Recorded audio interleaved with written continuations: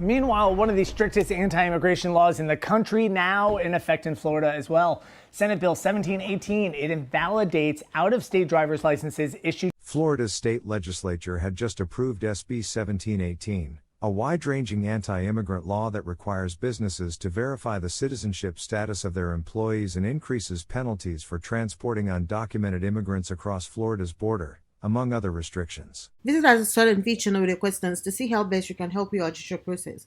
Please don't forget to subscribe if you're new to the channel. Now let's get into the video and find out what the latest updates are on U.S. immigration. One of the nation's harshest immigration laws, Florida's SB 1718, went into force on July 1st. People may now be charged with felonies for knowingly transporting unauthorized immigrants into the state. Undocumented immigrants' out-of-state driver's licenses have also been revoked by Florida. Now, Medicaid-accepting hospitals and healthcare facilities must inquire patients about their immigration status. These and other aspects of the law have left many people in Florida confused and afraid, and this is true both of native Floridians and of immigrants. We've been getting a lot of emails from Floridians who are trying to interpret the law for their own safety and for the safety of their loved ones. We've had folks contact us because their partner is undocumented, said Democratic Representative Anna Escamani, who represents Florida's 42nd House District. We've gotten a lot of these questions that are really unique and situationally specific but intersect with confusion about this policy. Governor Ron DeSantis, a Republican who is a 2024 presidential hopeful, said the law increases penalties for human smuggling. When the governor signed the bill into law, State Senator Blaise Ngolia said it gave the state the most ambitious anti-illegal immigration laws in the country. Those who knowingly and willfully smuggle unauthorized immigrants into the state are subject to criminal charges under the statute. Advocates for immigrants claim that this wide definition will make it difficult for law enforcement officers to determine if someone may be prosecuted simply for transporting an unauthorized family member into the state. These officials are not permitted to police federal immigration laws. The fear is that this is going to just result in racial profiling, and I think it's inevitable that it will be. How are people going to enforce this law without engaging in racial profiling? Said Paul Chavez, senior supervising attorney for the Southern Poverty Law Center's Immigrant Justice Project. The SPLC, ACLU, and other organizations said they plan to file a lawsuit against DeSantis, focusing specifically on the restrictions the law imposes on transporting undocumented immigrants into the state.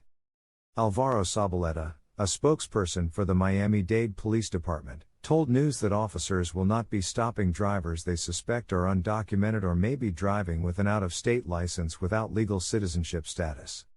He said his department is concerned the law will destroy trust between immigrants and the police.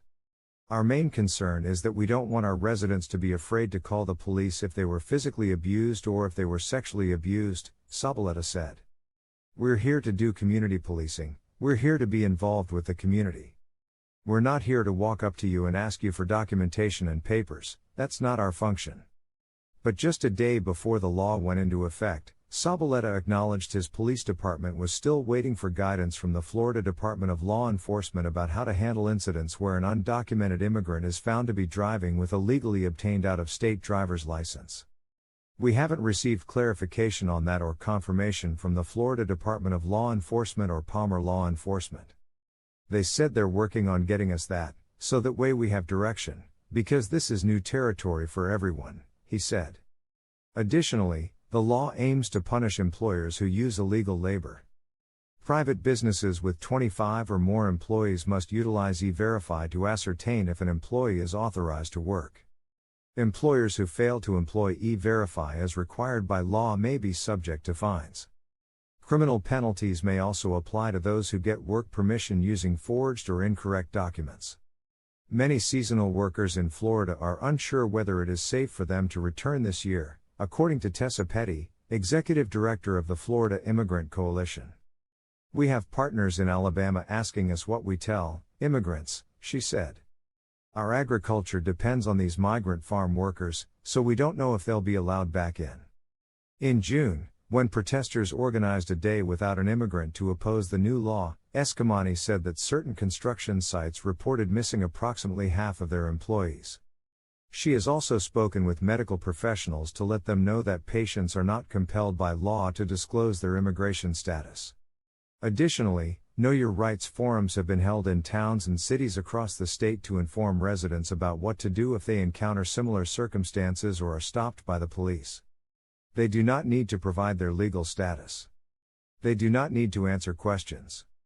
They can respectfully ask for the presence of an attorney, whether it's an immigration attorney or a criminal defense attorney, and do not have to engage with law enforcement, said Maite Garcia, staff attorney at the ACLU of Florida.